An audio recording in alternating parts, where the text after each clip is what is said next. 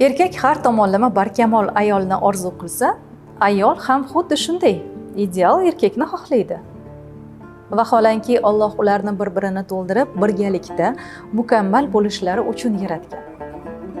Shu o'rinda ayolga to'g'ri munosabatni sirini sizga ochib o'taymi? Ayol kishini bo'ysundirishga harakat qilmang, hech ham urinmang.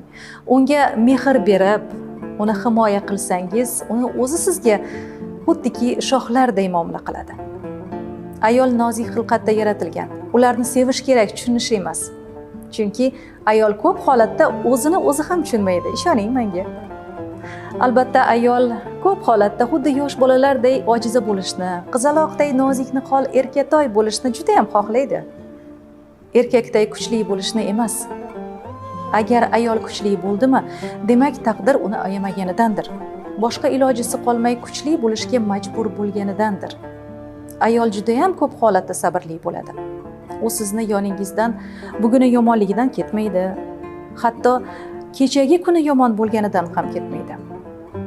U ertangi kuni sizni yoningizda o'zini himoyasiz va mehrsiz qolishini sezganidagina ketadi. O'zi rosti gap, ayol va erkaklarni ehtiyoji bir, bu ham bo'lsa e'tibor. Mehr va e'tibor shunday tuyg'uki, uni sizga kim bersa, siz unga butun borlig'ingizni bag'ishlaysiz.